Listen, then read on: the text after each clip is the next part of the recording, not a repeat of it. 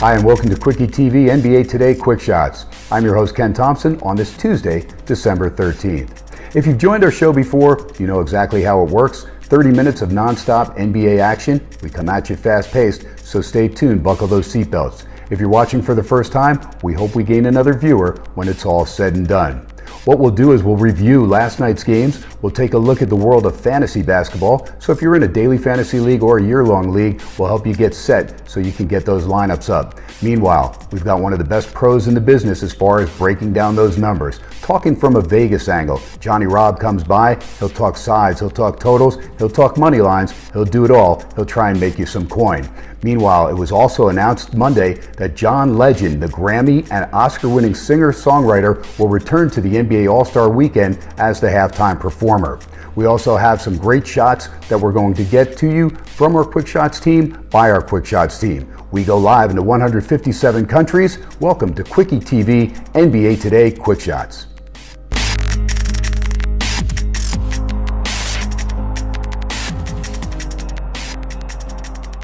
Hey folks, let's bring in our Quick Shots team, take a look at the 7 games on the hardwood from last night. But before we do that, let's introduce our starting 5 on the panel. Johnny Robb, resident pro as far as the best handicapper around. Yannick Kofi, better known as King Thurs. Then the rest of our panel include Jay Skapanek, Chuck Walton, and Shayna Calandro. Our expert analyst, Tracy Murray, former 12-year NBA veteran out of UCLA, and of course, former coach Dave Miller. He's our coach for our team right here on Quickie Quick Shots. Lakers had a 12-day road trip start last night in Sacramento, and they got into it with DeMarcus Cousins. Bad thing to do. Had a 9-point lead at half, lose the game by 24, 33-point swing in the second half up there in Northern California. Other winners included Indiana, Toronto, Miami. Houston had 36 from Harden to lead the way. Dallas, Sacramento, as we told you, and the LA Clippers held off the Portland Trailblazers 121-120, that game at the Staples Center. That is a look at last night's action from me. Now let's go to our panel, find out what they thought. Lots of wild games to choose from last night, Coacher, especially that physical game up in Sacramento with the Lakers and the Sacramento Kings. But there were some other solid games on the docket out west, the Clippers in Portland. I don't know, I had a lot to choose from. What about Coach Dave Miller? What was Coach Dave Miller's game of the night? Well, Ken, I went with some East Coast flavor. Washington at Miami. The Wizards had a 3-game win streak entering the game, and Miami had a 5-game slide. And to me, it was the Bruno Mars effect. Who was going to show up and show out and help their team win? Goran Dragic had a season-high 34 points. He was 14 from 23 from the field, 5 rebounds, 5 assists.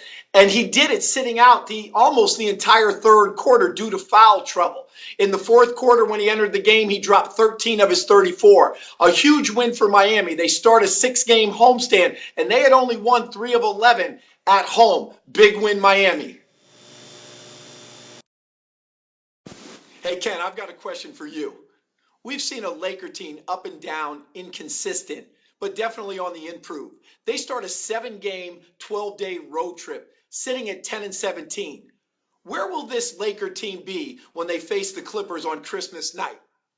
Coach, this Laker team's inconsistent big time, and they're really not playing well right now. They've only won 3 of their last 15 games. They started out with that 4 out of 5 streak, and when they beat Golden State by 20 at the Staples Center, I said, whoa, look out for this Laker team. They best get it together now. Lost last night at Sacramento. Now they go to Brooklyn, then Philly. They best win those 2 games because then it's after that. It's at Cleveland, at Charlotte, and then the Florida swing without Miami at Orlando. So they better get it together now. If they don't, Christmas Day, Lakers can find themselves double digits under 500.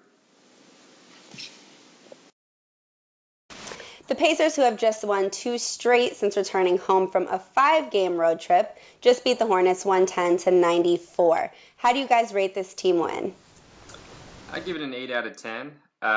It's hard to get wins on the road, especially towards the end, and to get the last 2 victories. You know, I'm really happy for these guys. I love this team, but I'm still wanting to see them play better. I think they can play a lot better. They're a way bigger contender than what they've been showing us, but consistent game from everybody. Teague, Turner, George, CJ Miles, everybody contributed. 48% behind the arc, 48% in the field. Charlotte struggled with their percentages. Kemba Walker only shot 4 out of 16 from the field. So I'm happy to see these guys winning, and I hope that we see them come out a lot stronger.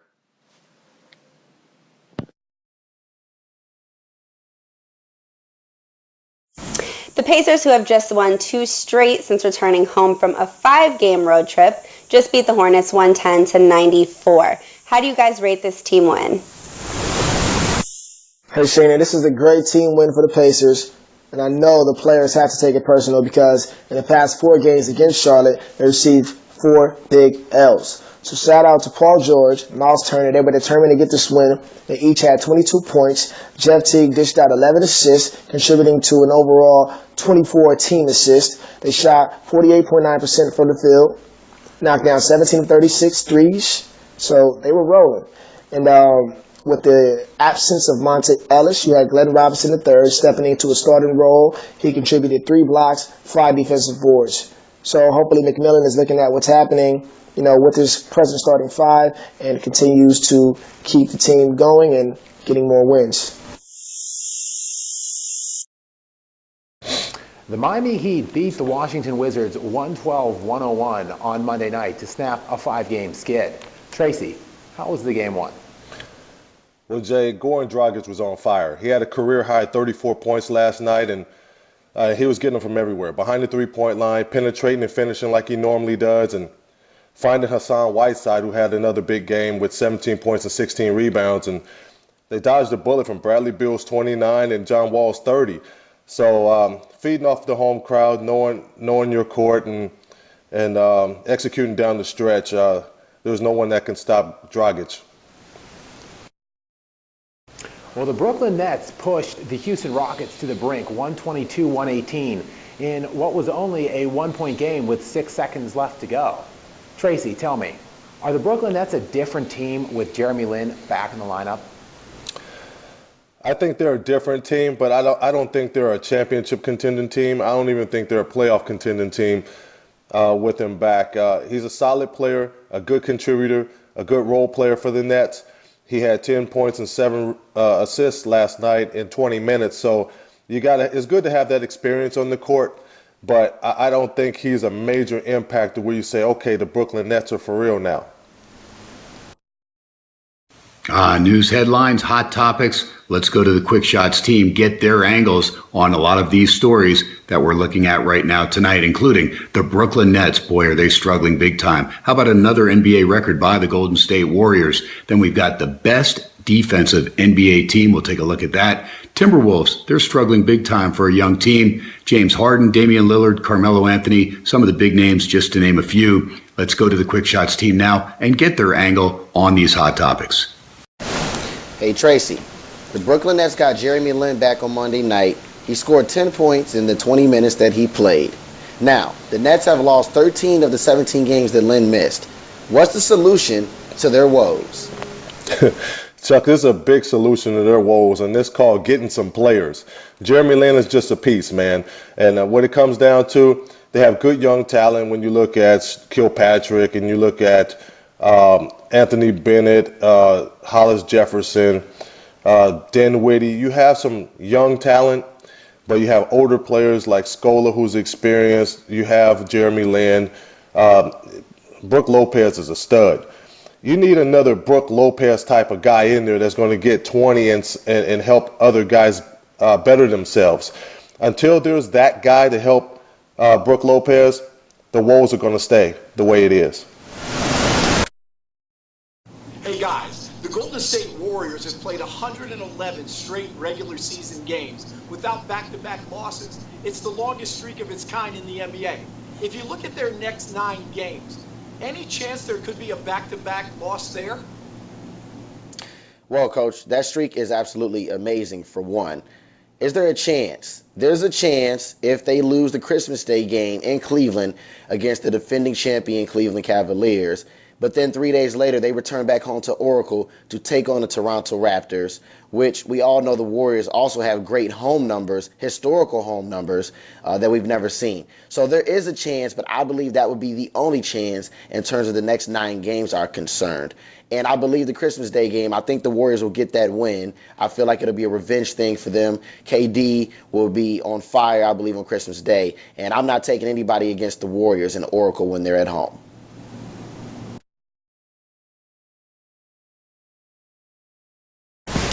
Okay, panel. Who is the best defensive team right now and why?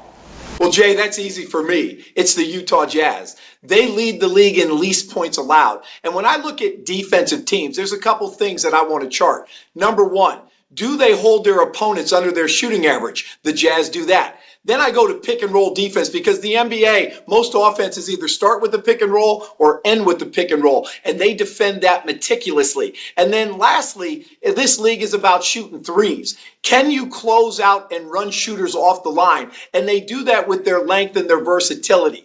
This is a defensive team that knows their rotations and they have each other's back. On 9, 10, 11 occasions, I've seen this team hold the opponent 91 points or less. That's taking pride in your defense. Quinn Snyder has done an outstanding job. The players have digested number one defense in the NBA.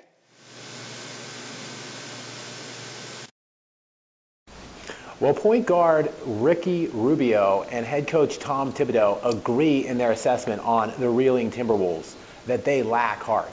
Tracy, how do they turn their season around? Jay, somebody's got to step up and start getting in people's face in that locker room because they're too talented not to do well.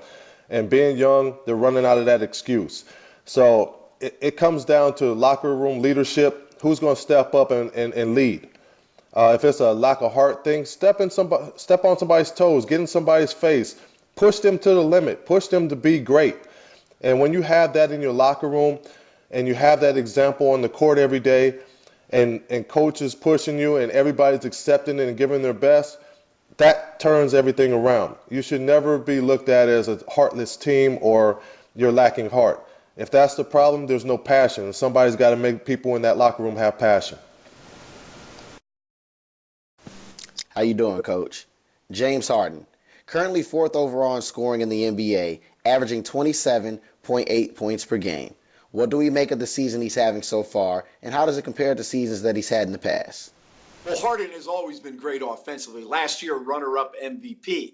The big difference this year is Mike D'Antoni's system, and in particularly the spacing. The Rockets always ran pick and roll. But now you've got Harden surrounded by shooters. And when you look at his uncanny way and unorthodox way of playmaking, he's able to pick the poison depending on the defensive coverage. Listen, D'Antoni did wonders with Steve Nash. He's doing the same magic with James Harden.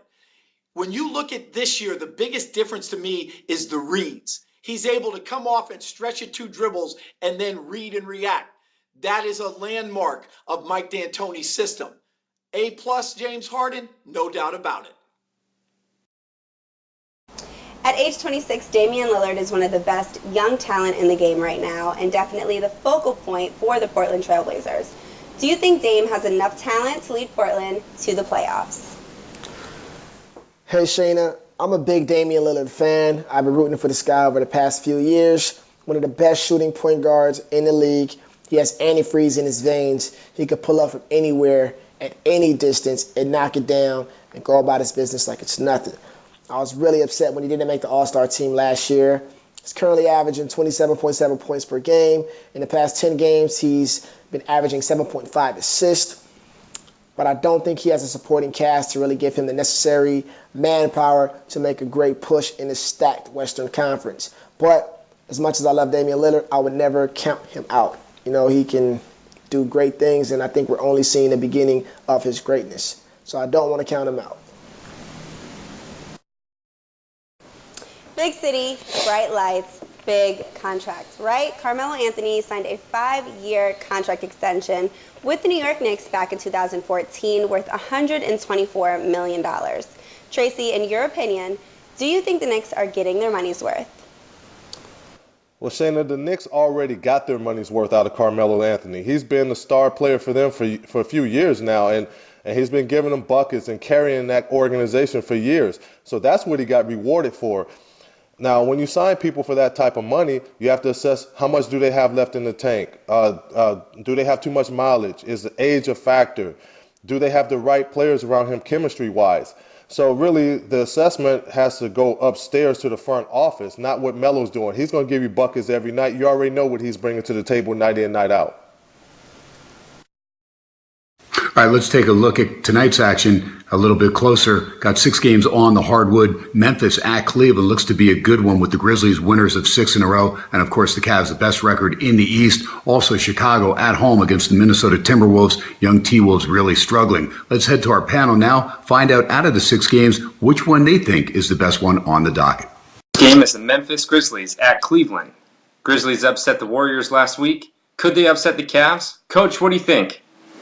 No doubt about it. You mentioned the upset versus the Warriors. They held Golden State 30 points under their average. You've got to understand that the identity of this Memphis team is the grit and the grind on the defensive end of the floor. They want to make the game extremely ugly. They want to slow down the pace. It's always a game of fewer possessions. And when you look at this Memphis team, defensively, it all starts with Tony Allen's mentality. But they've got great rotations. They block out, they close out, they tag cutters. It's a very physical defense. And we always talk about sliding your feet on defense, but they also move their mouths. It's about communication and talking. There's no doubt about it that they have the ability to do it, and that will be determined on the defensive end of the floor.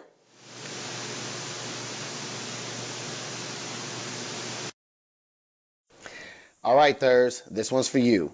Orlando Magic taking on the Atlanta Hawks in Atlanta at Phillips Arena.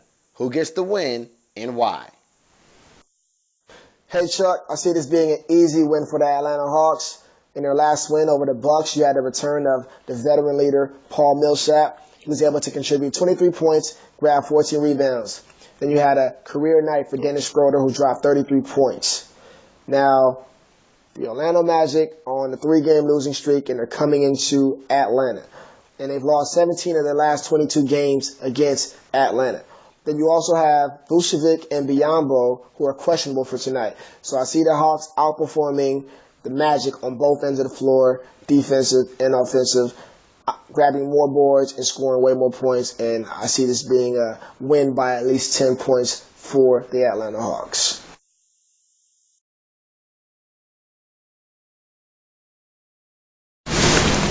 Minnesota travels to the Windy City to take on the Bulls. The Bulls are going okay, 7-3 at home. Coach, who wins and why? Well, my gut feel tells me that the Bulls will win. Number one, they're at home and they should. Second of all, I'm sort of a simple Simon when I look at games. This to me is a bunch of vets in Chicago versus a bunch of youngsters in Minnesota that are struggling. When you look at this Minnesota team, they're like Dr. Jekyll and Mr. Hyde. They have unbelievably strong starts first halves. But then in that third quarter, they come out and they go away from what was successful.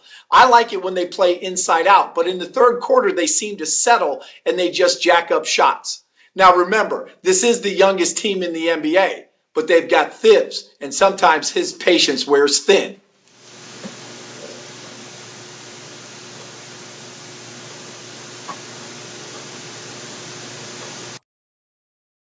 Well, Golden State is heading to New Orleans.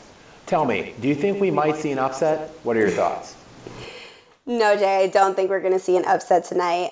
The last time the Warriors went to New Orleans, they almost gave up a victory. They only won 122-114, and they let Anthony Davis get 45 points. However, it wasn't a great shooting night for them, and it was very early on in the season. They were still trying to get things together with the new additions and trying to adjust with some of the people that they had lost. Now they're in the swing of things. This is their last game on the road before they head back to Oracle Arena. They have something to prove.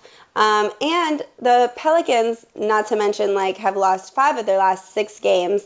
They went to the Suns, but that's not saying too much. And they've only won 8 games all season.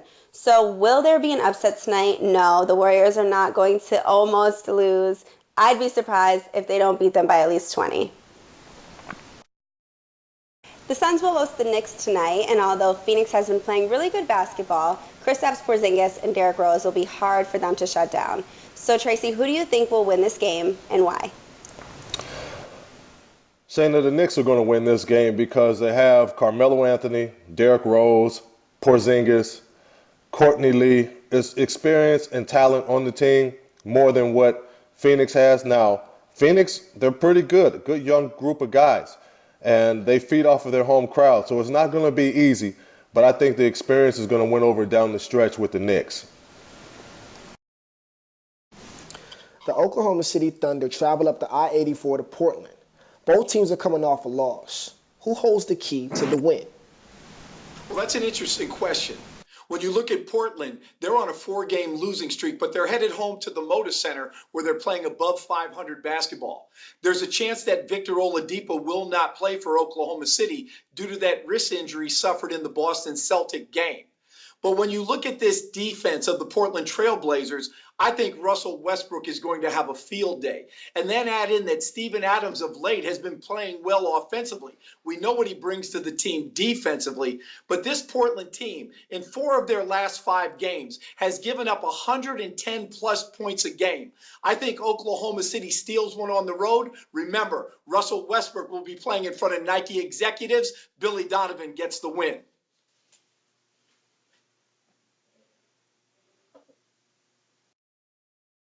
It's about that time for our good pal, Johnny Robb. Johnny's been hot. He's our resident expert as far as the spreads, and he's been on fire. He continues to pick winners. Johnny, what do you have for us tonight? Always tough to put a little pressure on there, Johnny, but I have to do it as far as money lines. What about it? 6 games on the NBA hardwood tonight. What does Johnny have on the radar as far as a good, fat money line bet for our viewers? Well, this bet's going to cost you up front. But it's the best bet out there for the money line that I see, and that's Golden State over the New Orleans Pelicans. It's minus 800 on the Warriors side, so 800 down will win you $100. But it's a for sure thing. Pelicans don't stand a chance.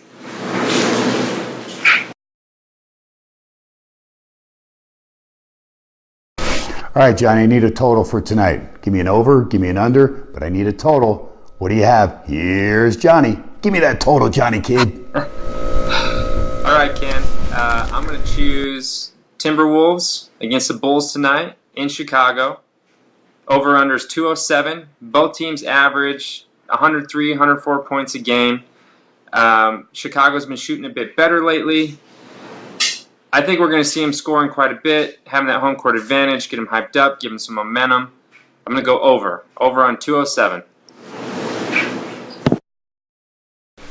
All right, Johnny, what about it? What's the best game on the docket? Your best all-around play? We've talked a little bit about totals, talked a little bit about money line, but overall, if you had one play to put your money on tonight, what would it be, Johnny?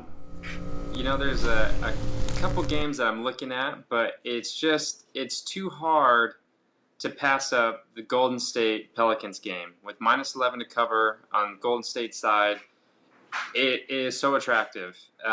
We've seen the Pelicans play very poorly this season, oftentimes losing by, 10, 11 points each game to teams like even Dallas, who have been struggling. And the Golden State Warriors, as we know, are just a big offensive threat, putting up big points, blowing out big teams. I've got to take it. So minus 11 to cover, Golden State. The great debate may go on for a long time with Kevin Durant versus Russell Westbrook. Durant, of course, busting out with Thompson and Curry to the West Coast, going over to Oakland trying to win himself a title. Meanwhile, Russell Westbrook, he stays put in Oklahoma City, and he's putting up some incredible numbers. So, will he remain number one as far as those fantasy numbers by the end of the season? Well, let's look at our expert panel. Let's go find out what they think in the world of NBA fantasy. Okay, Jay. With Jeremy Lin returning to the Brooklyn Nets, as a point guard, should he be on your radar considering his offensive upside? Let me know. Well, Chuck, I think that Jeremy Lin should definitely be on your radar, as he just returned to the lineup last game following a 17-game absence due to a strained left hamstring. And in that game, he was limited to just a 20-minute restriction. Yet he still poured in 10 points, 7 assists, 3 rebounds, 1 steal, and 1 block. Really filled up the stat sheet. I think that he's probably going to be getting integrated more and more into that starting lineup in these next few games once they make sure that that hamstring is good to go. And once Lynn does return to the starting lineup, he is a point guard that could really fill out the stat sheet for you. Should be able to get you double-digit points on a nightly basis and probably near that 6 or 7 assist line and 5 rebounds as well. I would look to pick him up for sure on your lineup.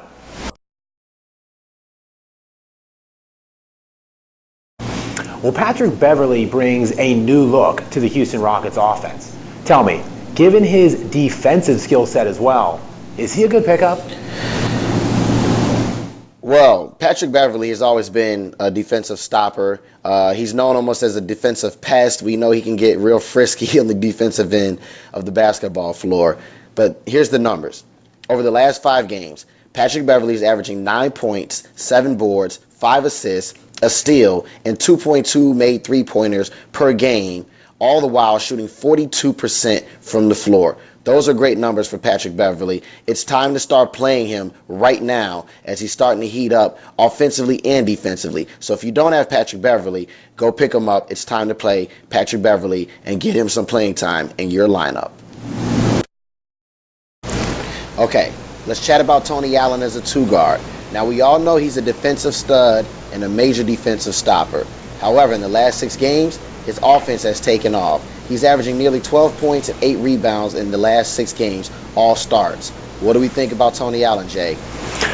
Well, I love what Tony Allen has done as of late. He had 19 points on Saturday as well in that big win over Golden State. And going back to his last 4 games, he's scored at least 15 in 3 of those 4 contests. Look, the defensive metrics are going to be there. They're going to be consistent with Tony Allen. But now as he begins to integrate offensive elements into his fantasy repertoire as well, I think that Tony Allen is definitely a player you need to look at picking up and inserting into that starting lineup. He's probably only going to get more minutes from here, and I look for him to continue this hot play as of late. Thanks for joining us this evening. Hope you enjoyed the show. If you agree or disagree with any of the comments from the panel, please let us know. We'll be sure to address that. Also, if you have any ideas or topics you'd like to discuss, you can also let us know there, and we'll try and get these things on tomorrow night's show. Thanks for joining kwickieTV NBA Today Quick Shots. I'm Ken Thompson, your host. I've enjoyed it. Hope you have as well. We'll talk to you tomorrow evening. Good night, everybody.